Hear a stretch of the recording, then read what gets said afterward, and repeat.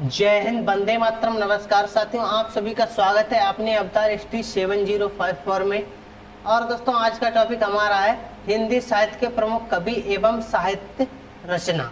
ठीक है दोस्तों, बात करते हैं किन किन कवियों की कवि हैं और कौन कौन सी इनकी रचना है, ये जान लेते हैं। बात करते हैं पहले हमारे कवि कौन है।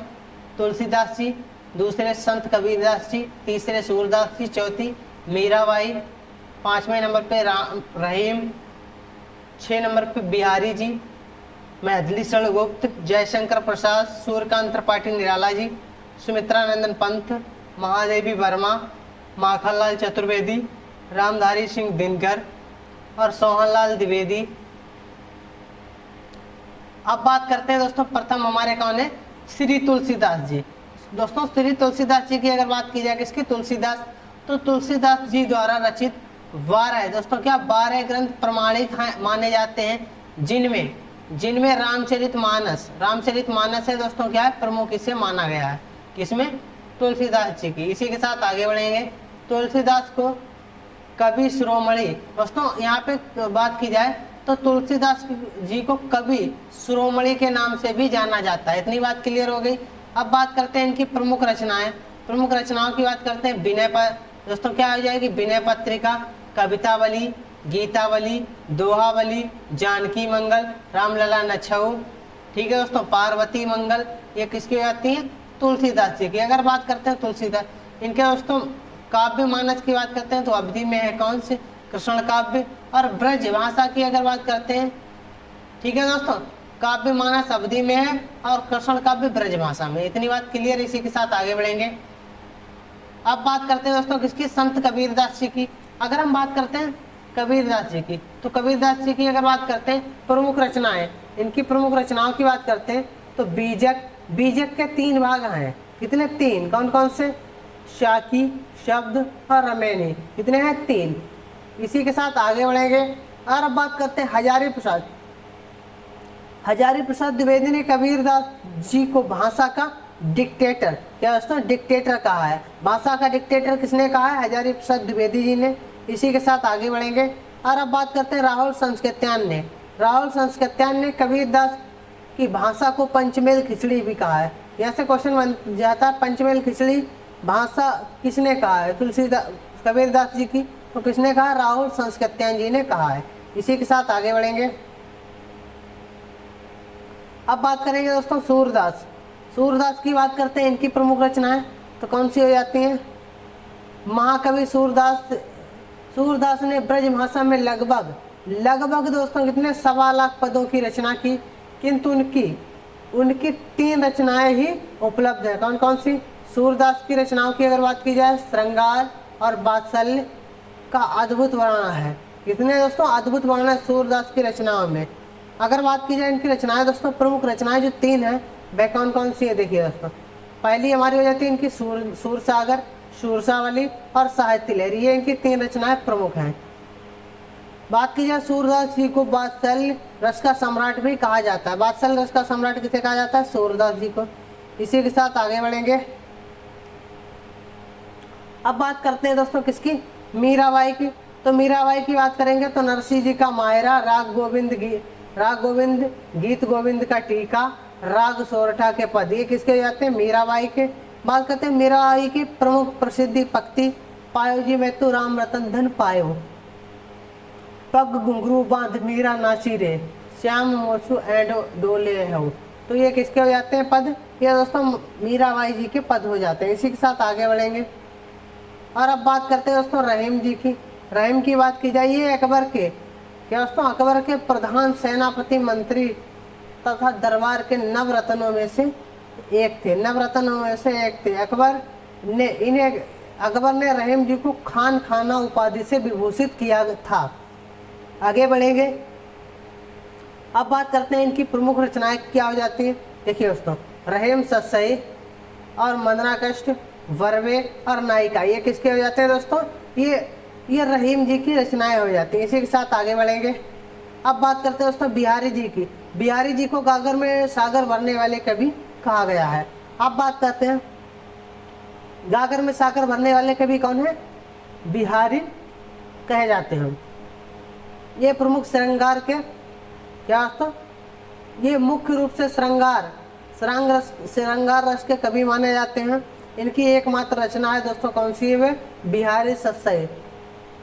इसमें 729 दोहे संकलित हैं। किसमें, बिहारी सत्सई में 729 दोहे संकलित हैं। बिहारी सत्सई श्रृंगार रस की अत्यंत प्रसिद्ध और अनूठी कीर्ति है। इतनी बात क्लियर। इसी के साथ आगे बढ़ेंगे।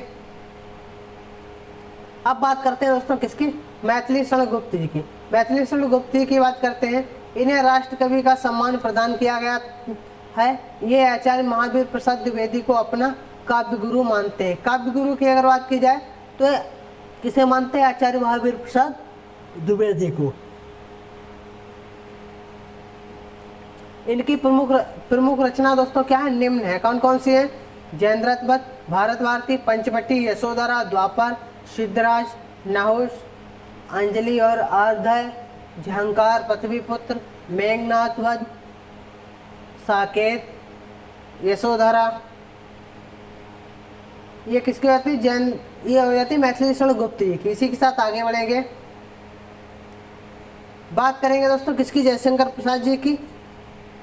इनकी अगर बात की जाए तो ये दोस्तों क्या है, प्रमुख रचनाएं कामायनी, आंसू, झरना, लहर और चंद्रगुप्त, स्कंदगुप्त, अजातशत्रु, तितली, कानन कुसुम, प्रेम पथिक आदि ये किसकी हो जाती है, जयशंकर प्रसाद की।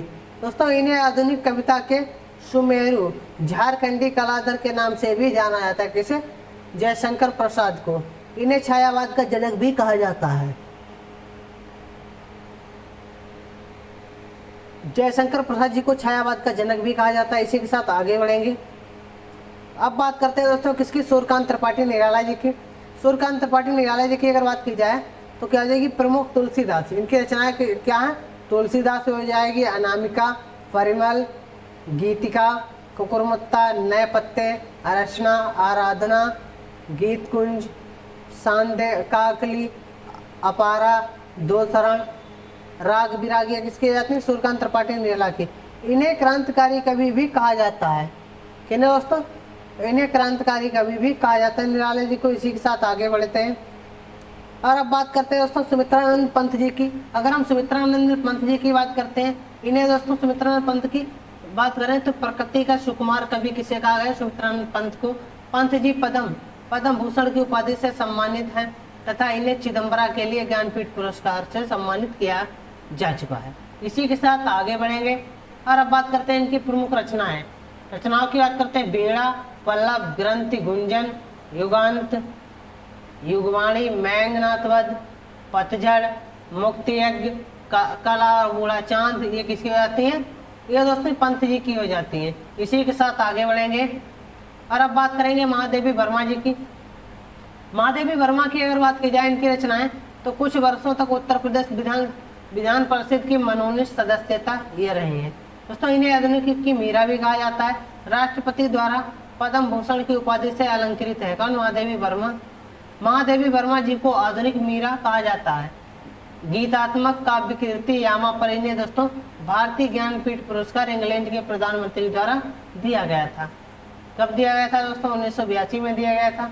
इनकी प्रमुख रचनाओं की अगर बात करते हैं तो रचनाएं क्या कहते हैं, यामा, निहार, नीरजा, रश्मि, शांति, दीपशिका, क्षमता, अतीत के चलचित्र, पथ के साथी, स्मृति की रेखाएं, मेरा परिवार ये किसकी आती है, महादेवी वर्मा की। इनके जन्म स्थान की बात करते हैं तो इनका जन्म दोस्तों का फर्रुखाबाद में हुआ था। कब हुआ था, 1907 में।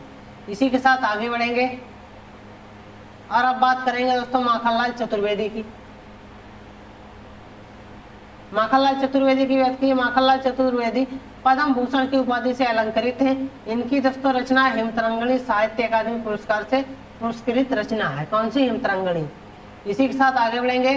राष्ट्रीय कविताओं के कारण इन्हें भारतीय आत्मा के नाम से पुकारा जाता है।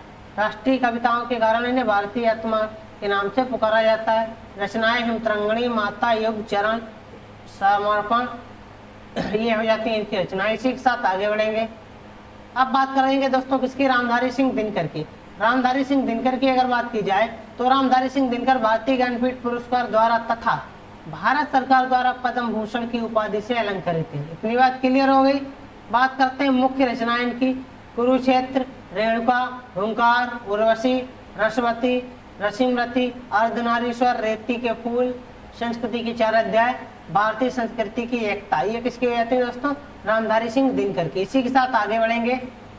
अब बात करते हैं दोस्तों किसकी? सोहनलाल द्विवेदी की। इनकी दोस्तों प्रमुख रचनाओं की अगर बात की जाए तो कौन सी हो जाती है? भैरवी, पूजा गीत, युगधारा, बसंती, दूध बतासा, झरनो, कुरान, ये किसकी हो जाती है? सोहनलाल द्विवेदी की। इसी के साथ आगे बढ़ेंगे।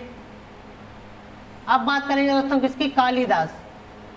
कालिदास की रचनाओं की बात करते हैं तो मेघदूत, अभिज्ञान शकुंतलम, और क्या दोस्तों?